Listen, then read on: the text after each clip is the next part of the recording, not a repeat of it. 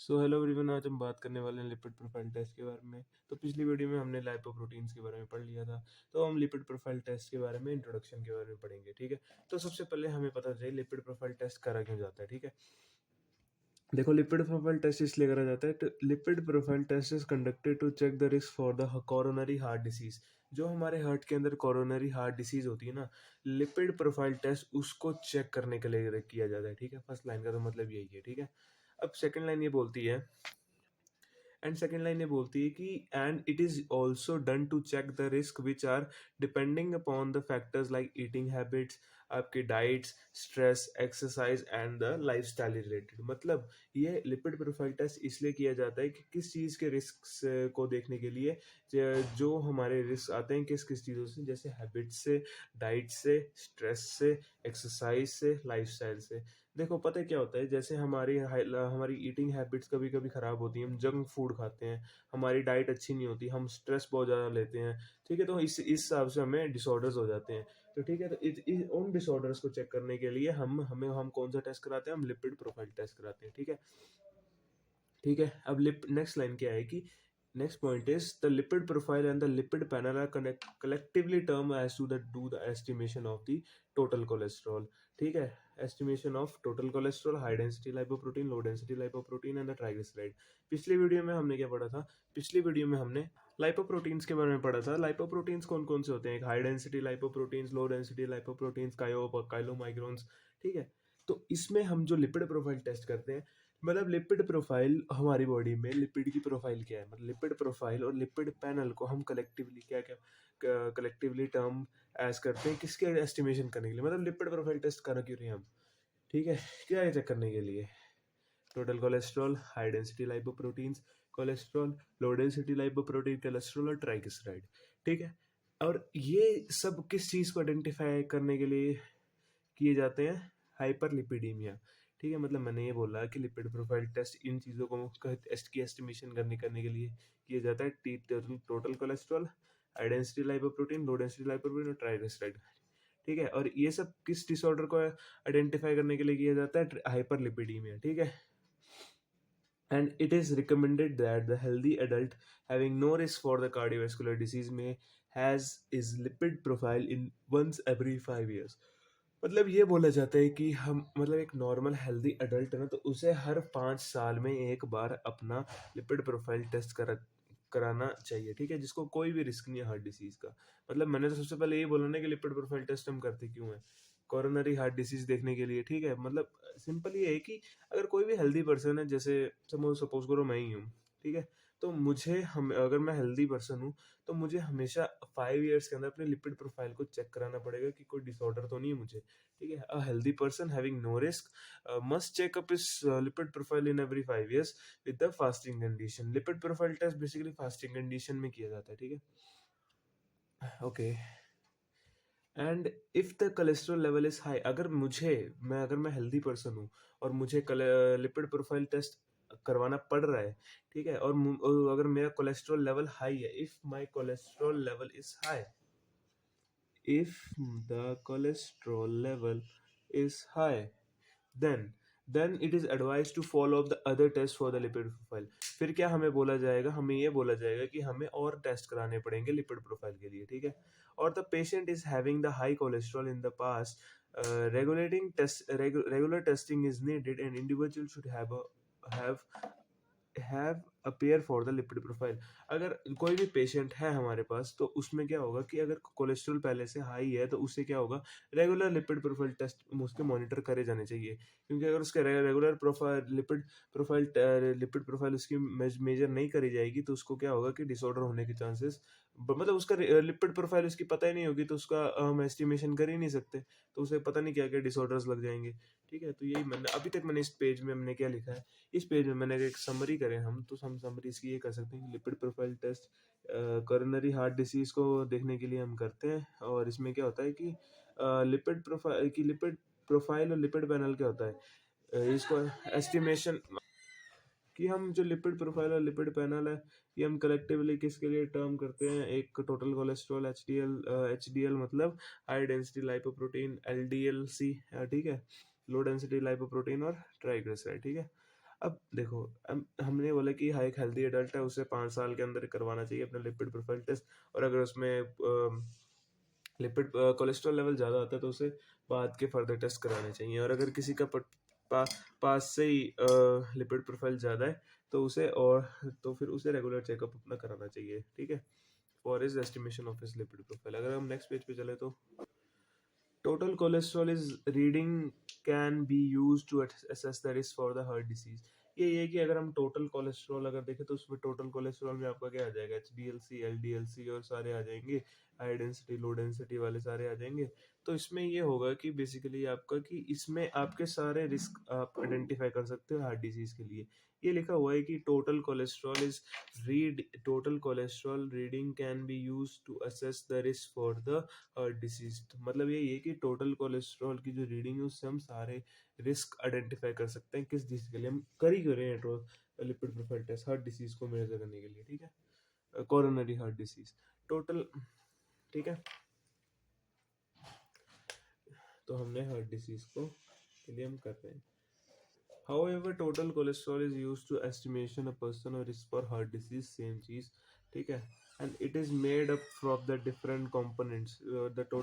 the cholesterol is made up of the different components, ठीक है, ठीक है। जैसे कि क्या, LDL, HDL and the VLDL।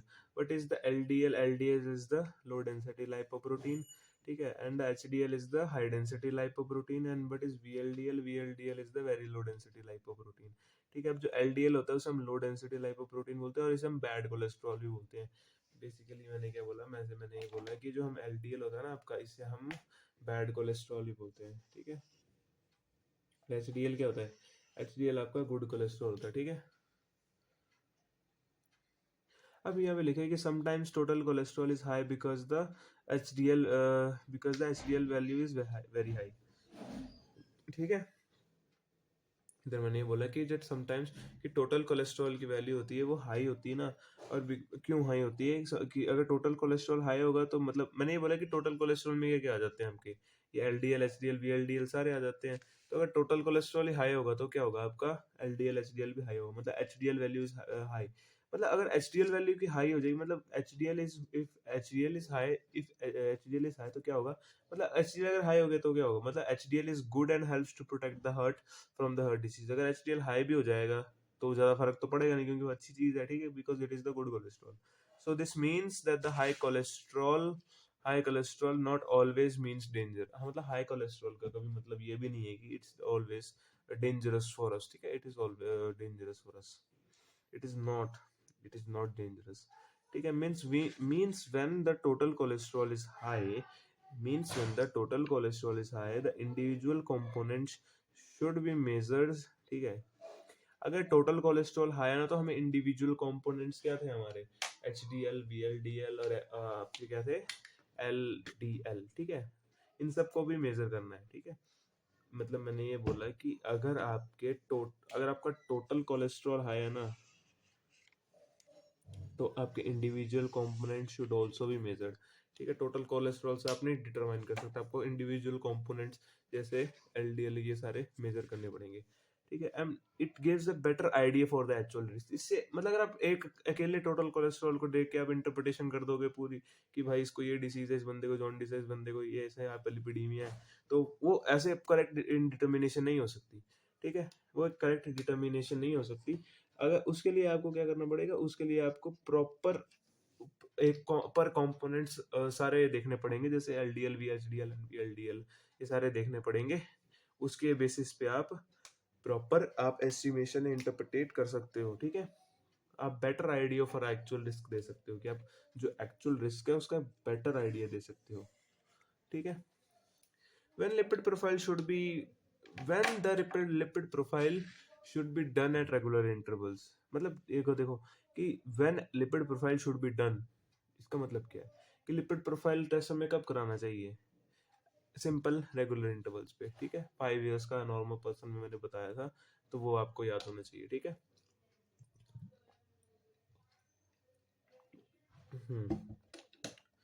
तो अगर हम थोड़ा आगे चलें तो lipid profile is done to check the effect for the drugs like the statins. Statins तो नहीं बोलते, स्टैटिन्स बोलते हैं। तो लिपिड प्रोफाइल टेस्ट हम किस लिए करते हैं? ड्रग को टेस्ट करने के लिए भी करते हैं, जिसे बोलते हैं उसका इफेक्ट चेक करने के लिए वो करते हैं, ठीक है, जिसे हम क्या बोलते हैं? स्टैटिन्स, ठीक है। चेक द इफेक्ट, ठीक है, of the drug which is the statins, ठीक है, ठीक है। अब what is the lipid profile blood test? जो लिपिड प्रोफाइल ब्लड टेस्ट है, इसमें क्या क्या मतलब अब हमने लिपिड प्रोफाइल का बेसिक क्या पढ़ा? हमने इसका सब कंपोनेंट्स पढ़ लिए, इसके मतलब इसके बेसिक इसके कैरेक्टरिस्टिक्स पढ़ ली। तो अब लिपिड प्रोफाइल ब्लड टेस्ट में कौन कौन से टेस्ट आते हैं, हम उन्हें सारे टेस्टों को पढ़ेंगे। इसकी क्लासिफिकेशन में देखो कौन कौन से टेस्ट आते हैं। टिपिकल एलएफटी इंक्लूड्स एलपीएफटी, ठीक है। एलएफटी तो आपका लिवर फंक्शन टेस्ट भी हो सकता है, तो एलपीएफटी में इसको लिख सकता हूँ लिपिड प्रोफाइल टेस्ट, ठीक है। इंक्लूड द फॉलोइंग टेस्ट, इसमें ट्राइग्लिसराइड लेवल, आपका टोटल कोलेस्ट्रॉल, एचडीएलसी एंड एलडीएलसी और अब वीएलडीएलसी। अब इसमें ट्राइग्लिसराइड लेवल भी आप देखोगे, टोटल कोलेस्ट्रॉल भी देखोगे, एचडीएलसी हाई डेंसिटी लाइपोप्रोटीन कोलेस्ट्रॉल भी देखोगे, लो डेंसिटी लाइपोप्रोटीन कोलेस्ट्रॉल भी देखोगे, और इसमें आप अपना VLDLC very low density lipoprotein cholesterol भी देखोगे, ठीक है। अब जो लिपिड प्रोफाइल टेस्ट है, इसमें आप क्या क्या देखते हो? ट्राइग्लिसराइड लेवल, टोटल कोलेस्ट्रॉल, वही फ्लो चार्ट में मैंने बनाया, high density high level high density lipoproteins, low density lipoprotein cholesterol and the very low density lipoprotein cholesterol, ठीक है, ये आपने याद रखने हैं, ठीक है। बेसिक क्लासिफिकेशन अगर हमने देखें तो हमने वो देख चुके हैं। अब हम सीरम, अब हम फर्स्ट आपका टेस्ट की बात करेंगे, जिसे हम क्या बोलते हैं? सीरम ट्राइग्लिसराइड, ठीक है। सीरम ट्राइग्लिसराइड की हम बात करते हैं, ट्राइग्लिसराइड की हम बात करेंगे बेसिकली। तो ट्राइग्लिसराइड को हम टीजीएल से भी डिनोट कर सकते हैं, टीजीएल ट्राइग्लिसराइड, ठीक है, ट्राइग्लिसराइड, ठीक है। अगर बात करें इसकी, तो इसका नॉर्मल लेवल कितना होता है? लेस देन 150 मिलीग्राम पर डेसीलीटर, ठीक है। इसका नॉर्मल लेवल कितना होता है? लेस देन 150 मिलीग्राम पर डेसीलीटर, ठीक है। अब इसका बॉर्डर लाइन वैल्यू कितना होता है? कि बॉर्डर लाइन, ये आपकी बस एंड लाइन है, ठीक है, इतना इतना बॉर्डर लाइन पे आता है 150 टू 199, ठीक है। मतलब एक तरह से 199 200 तक इसकी बॉर्डर लाइन होती है, मतलब 150 तक नॉर्मल है। 150 से अगर 200 चला गया तो फिर वो बॉर्डर लाइन हो जाती है। अगर 200 से 500 चला गया, 200 टू 499, 200 से 500 चला गया तो क्या होगा? हाई होगा। और अगर वो वेरी हाई हम काउंट करें तो होगा ग्रेटर देन 500, ठीक है। देखो, तो हम बेसिक ने हमने क्या पढ़ा? हमने ट्राइग्लिसराइड की वैल्यू सीरम में पढ़ ली, इसमें हमने normal, border line, high and the very high पढ़ लिया। अब हम नेक्स्ट में बेसिक बात करें कि ट्राइग्लिसराइड है क्या भाई, व्हाट इज द ट्राइग्लिसराइड? तो triglyceride is the ester derivative of the glycerol and the three fatty acids. देखो क्या होता है बेसिकली, ट्राइग्लिसराइड क्या है? It is a derivative, ester derivative होता है। अगर हम इसका स्ट्रक्चर बना के देखें तो it is ester derivative of the glycerol, कि इसका डेरिवेटिव है, ये है ग्लिसरॉल का एस्टर डेरिवेटिव, और आपका तीन फैटी एसिड्स का डेरिवेटिव है, ठीक है। और ये क्या होते हैं कि ये ब्लड के अंदर प्रेजेंट होते हैं, ठीक है, ट्राइग्लिसराइड्स, ठीक है। ये समझ लो आपकी ब्लड वेसल्स है, तो ये आपके ट्राइग्लिसराइड्स के अंदर प्रेजेंट होती हैं, ठीक है। अब what is the function of the triglyceride in the blood? कि ट्राइग्लिसराइड का फंक्शन क्या है ब्लड के अंदर, ठीक है। अब ट्राइग्लिसराइड का फंक्शन ये है कि it enables the bidirectional transfer of the adipose fat, ठीक है। अगर अगर हम देखें इसमें तो ट्राइग्लिसराइड का फंक्शन ये है कि सपोज करो ये आपका ट्राइग्लिसराइड है, ठीक है, ये एडिपोस फैट के साथ जुड़ता है और ये क्या करता है? इसका बाय डायरेक्शनल फ्लो कराता है। मतलब ये कि to enable the bidirectional transfer of the adipose fat, ठीक है। जो फैट होता है ना आपके अंदर, उसका बाय डायरेक्शनल ट्रांसफर कराता है आपके ब्लड के अंदर, ठीक है। अब ट्राइग्लिसराइड, भाई ट्राइग्लिसराइड होता किसके अंदर है? ट्राइग्लिसराइड एक ओबीस पर्सन के होता है, मोटे बंदे के अंदर होता है, ठीक है। Triglyceride TG levels are elevated, अगर TG levels are elevated in the obese person, triglyceride के जो लेवल्स होंगे वो एक ओबीस पर्सन के अंदर एलिवेटेड होंगे, मतलब बड़े हुए होंगे, ठीक है। अब that TG levels is increased by the eating extra calories specially. ट्राइग्लिस अब देखो, जो मोटा बंदा है, एक मस्कुलर पर्सन है और एक फैटी पर्सन है। अब जो फैटी पर्सन है और एक मस्कुलर पर्सन है, उसमें उन दोनों में अंतर क्या है? कि जो फैटी पर्सन है वो फैट्स ज़्यादा खाता है, जंक फूड ज़्यादा खाता है, जंक खा-खा के जंक बन जाता है, ठीक है? तो फिर और मस्कुलर पर्सन में क्या है कि वो खाना ढंग से खाता है, लीन खाना खाता है, लीन रहता है, एक्सरसाइज करता है। तो जो फैटी पर्सन है ना, वो ज़्यादा कार्बोहाइड्रेट्स भी करेगा, अल्कोहल भी ड्रिंक करेगा और फैट कंजम्पशन उसकी ज़्यादा होगी। ठीक है? अब जो ट्राइग्लिसराइड मैंने बोला कि फैटी पर्सन के अंदर होंगे, ओबीस पर्सन के अंदर होंगे, जिसे हम ओबीस पर्सन बोलते हैं। तो उसके अंदर क्या होता है कि triglyceride is increased by eating the high calories. ठीक है? क्योंकि फैटी पर्सन तो हाई कैलोरीज़ ही खाता है। ठीक है? जैसे कि कार्बोहाइड्रेट्स को ज़्यादा खाएगा, अल्कोहल ड्रिंक करेगा और आपका फैट कंजम्पशन करेगा। ठीक है? ठीक है? ओके। तो increase level of the triglyceride increase level of triglyceride associated with what? अगर आपका ट्राइग्लिसराइड एक फैटी पर्सन के अंदर बढ़ जाएगा तो उसे क्या क्या हो सकता है? क्योंकि देखो मोटे बंदे को अगर जो पर्सन फैटी है ना, तो उसे बहुत ज़्यादा बीमारी लगती हैं, क्योंकि क्योंकि उसका मेटाबॉलिज्म भी मतलब खराब हो चुका होता है और मतलब उसका बुरा हाल हो चुका होता है एक तरह से, उसके अंदर से उसके लिवर का, उसके सब सब कुछ का। तो उसे क्या क्या बीमारियां हो सकती है? तो increase level of the triglyceride is associated with the heart disease, blood vessel disease, fatty liver, pancreatitis, diabetes and the kidney disease. ठीक है? अगर एक फैटी पर्सन के अंदर आपका ट्राइग्लिसराइड है तो उसमें क्या क्या होगा? आपका हार्ट डिसीज हो जाएगी, उसे ब्लड वेसल डिसीज हो जाएगी, लीवर उसका फैटी होगा, पैनक्रियाटाइटिस होगी और उसकी किडनी डिसीज, पैनक्रियाटाइटिस मतलब पैनक्रियास के अंदर इन्फ्लेमेशन, डायबिटीज हो जाएगी और किडनी डिसीज हो जाएगी। ठीक है? अगर हम नेक्स्ट पेज पे चलें, तो हमने सीरम का ट्राइग्लिसराइड के बारे में हमने बात करी। तो इसका फॉर्मूला क्या होता है? वेरी लो डेंसिटी इसका फॉर्मूला ये होता है कि very low density lipoprotein into 5। ठीक है? इसके इससे हम इसके इंटरप्रिटेशन एंड कैलकुलेशन कर सकते हैं। अगर हम बात करें preparation and procedure of the test, तो इसमें हम इस टेस्ट को परफॉर्म कैसे करते हैं? ठीक है? अगर हम इस टेस्ट की थोड़ी डिटेल में देखें तो इसको परफॉर्म कैसे किया जाता है कि जो ब्लड सैंपल है ना वो कलेक्ट करा जाता है after 12 hour of the fasting. मतलब पहले एक पर्सन को फास्टिंग पे रखा जाएगा और उसके बाद जब वो फास्टिंग पे होगा ना तो 12 घंटे बाद उसका सैंपल लिया जाएगा, ब्लड सैंपल। ठीक है? क्यों लिया जाएगा, हम ऐसा हम क्यों कर रहे हैं? इसलिए कर रहे हैं ताकि उसे हमें मोस्ट एक्यूरेट रिजल्ट्स मिले। ठीक है? एंड वेट और उसके बाद क्या करना है कि हमने वेट करना है टेस्ट के बाद 2 महीने के लिए after the heart attack, surgery, infection and injury to check the LDL level. कि हमने क्या करना है, blood should be collected after, मतलब फास्टिंग करनी है, 12 घंटे बाद सैंपल ले लेना है और मोर एक्यूरेट रिजल्ट्स के लिए। और अगर किसी बंदे को हार्ट अटैक आया तो हमने इस टेस्ट को करने का 2 महीने वेट करना है। या तो हार्ट अटैक आया है तो सर्जरी है अभी कराई है, इन्फेक्शन हुआ है, सर्जरी मतलब एलडीएल लेवल को चेक करने के लिए। ठीक है? मतलब अगर ये चीज़ें हुई हैं ना तो हमने 2 महीने वेट करना है। ठीक है? इस टेस्ट को करने के लिए। सिंपल। अगर इसका हम प्रोसीजर देखें तो हमने सबसे पहले मैंने हैंड बनाया है यहाँ पे, तो यहाँ पे क्या करना है, इस हैंड को हमने क्लीन करना है एंटीसेप्टिक के साथ। ठीक है? With N antiseptic. ठीक है? और उसके बाद करना है हमने इसके ऊपर एक इलास्टिक बैंड हमने फिल ठीक है? हमने एक इलास्टिक बैंड, मतलब हमने देखो सपोज करो ये मेरी बाजू है, तो हमने इसे ऐसे यहाँ पे समझ लो इलास्टिक बैंड है, तो हमने इसे ऐसे पकड़ के रखना है ताकि अब जो हमारी वीन्स है उसके अंदर ब्लड फिल होने लग पड़े। ठीक है? आपको जैसे दिख रहा होगा कुछ, हम मेरी वीन्स आपको दिख रही होंगी, क्योंकि मैंने अगर यहाँ पे जो इलास्टिक बैंड होगा वो मेरे आपकी आर्म को ऐसे पकड़ लेगा तो ब्लड फ्लो सारा यहाँ पे रुक जाएगा और आपकी वीन्स के अंदर ब्लड फिल बनना शुरू हो जाएगा। ठीक है? तो यहाँ पे मैंने जो आपका रैप कर दिया आपका elastic band around the arm to fill the veins. क्यों आपने इलास्टिक बैंड रैप किया? आपके जो आपके वेन्स थे उसने फिल करने के लिए विद द ब्लड। ठीक है? अब जो आपकी वेन्स फिल होगी तो फिर क्या किया, एक नीडल ली, मतलब एक इंजेक्शन लिया और उससे आपका 5 ml ब्लड खींच लिया। ठीक है? फ्रॉम द वेन्स, क्योंकि वेन्स तो फिल हो चुकी हैं।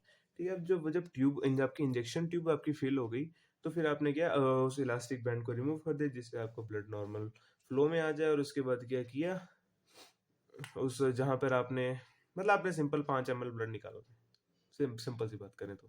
ठीक है? और जो जहाँ पे आपने वो करा था, इंजेक्शन लगाया था, तो मतलब यहाँ पे सपोज करो यहाँ पे एक इंजेक्शन लगाया था, तो यहाँ पर फिर क्या करा हमने, यहाँ पे क्या करा हमने, इस पंचर साइट को हमने कवर कर दिया, ठीक है। And blood clots are separated by the centrifugation, कि हमने जो ब्लड क्लॉट्स थे ना उन्हें सेपरेट कर दिया हमने सेंट्रीफ्यूज करके, ठीक है। अगर हम बात करें इस टेस्ट के क्लिनिकल इम्प्लीकेशंस की, क्लिनिकल इम्प्लीकेशन मतलब अगर ट्राइग्लिसराइड लेवल बढ़ जाएगा तो क्या होगा, ट्राइग्लिसराइड लेवल कम हो जाएगा तो क्या होगा। मतलब इधर बहुत सारी बीमारियां हमने लिखी हुई हैं। तो increase triglyceride levels occur in which condition, basically the increased triglyceride level occur in the following conditions like the hyperlipoproteinemia, hyperthyroidism, liver disease, uncontrolled diabetes mellitus, ठीक है, ठीक है। अनकंट्रोल्ड डायबिटीज मेलाइटस, यहाँ पे डायबिटीज मेलाइटस लिखा है, ठीक है। अगर किसी बंदे को अनकंट्रोल्ड डायबिटीज मेलाइटस है तो उसका ट्राइग्लिसराइड लेवल बड़ा होगा। अल्कोहलिज्म, अगर कोई बंदा अल्कोहलिज्म ज़्यादा करता है, ठीक है, शराब ज़्यादा पीता है, तो फिर उसका ट्राइग्लिसराइड लेवल भी बड़ा होगा। किसी के पैनक्रियाज में इन्फ्लामेशन है, पैनक्रियाटाइटिस उसे, तो उसका ज़्यादा ट्राइग्लिसराइड बड़ा होगा। नेफ्रोटिक सिंड्रोम, किसी के नेफ्रॉन में नेफ्रोटिक सिंड्रोम है तो उसे उसका ट्राइग्लिसराइड लेवल बड़ा होगा। ग्लाइकोजन स्टोरेज डिसीज, फिर किसी को ग्लाइकोजन स्टोरेज बेस्ड डिसीज है, ठीक है। तो स्पेशली कौन कौन कौन सी डिसीज ग्लाइकोजन स्टोरेज डिसीज में भी, वॉन ग्रेक डिसीज है किसी को तो उसका ट्राइग्लिसराइड लेवल बड़ा होगा। रीनल डिसीज है तो ट्राइग्लिसराइड लेवल बड़ा होगा। मायोकार्डियल इंफ्रैक्शन जिसको हम हार्ट अटैक बोलते हैं, ठीक है, ठीक है, तो उसमें आपका ट्राइग्लिसराइड लेवल बड़ा होगा। गाउट में यूरिक एसिड क्रिस्टल्स नी, जो आपके नी जॉइंट्स होते हैं उसमें बढ़ जाते हैं, ठीक है, गाउटी अर्थराइटिस बोलते हैं इसे, तो फिर उसमें आपका ट्राइग्लिसराइड लेवल बड़ा होगा। जेनेटिक डिसऑर्डर्स भी होते हैं जो जेनेटिक बेस होते हैं, जीन्स बेस होते हैं, जैसे डाउन सिंड्रोम और वर्नर सिंड्रोम्स, इनमें आपको ट्राइग्लिसराइड लेवल बड़ा होगा। अब डिक्रीज ट्राइग्लिसराइड लेवल डिक्रीज किसमें होगा, जैसे कंडीशनल अल्फा बीटा लाइपोप्रोटीनीमिया में होगा आपका ट्राइग्लिसराइड कम। हम माल न्यूट्रिशन, माल एब्जॉर्प्शन, मतलब आपकी न्यूट्रिशन और एब्जॉर्प्शन कम हो रही है। हाइपरथायराइडिज्म मतलब hyper secretion of the thyroid hormones. Hyper secretion of the parathyroid hormone. Brain infarction, ठीक है, जो अगर कोल्ड और कोपीडी, ठीक है, सीओपीडी, मतलब सीओएलडी और COPD, congestive obstructive lung disease, और लंग की जगह पल्मोनरी बोलते हो लंग को, तो कंजेस्टिव, नहीं सॉरी, नॉट कंजेस्टिव है, sorry, chronic obstructive lung disease COLD, और क्रॉनिक ऑब्स्ट्रक्टिव पल्मोनरी डिसीज, ठीक है, सीओपीडी, ठीक है, सीओएलडी या सीओपीडी अब जो मर्जी बोल लो। तो इन केसेस में आपका ट्राइग्लिसराइड लेवल कम होता है और ज़्यादा होता है।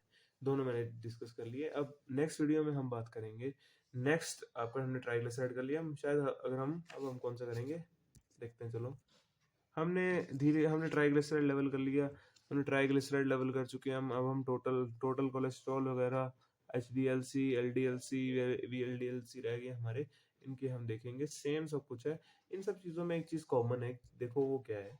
आपने एक चीज़ याद रखनी है कि इन सब चीज़ों में ना, जितने भी टेस्ट में ये वाला प्रोसीजर सेम है, ठीक है। इन सब चीज़ों को ये सेम है। बेसिकली हमने आज अपने एक और चीज़ याद रखनी कि फॉर्मूला मैंने क्या बताया था इस ट्राइग्लिसराइड लेवल का, VLDLC very low density lipoprotein into 5 triglyceride का फॉर्मूला।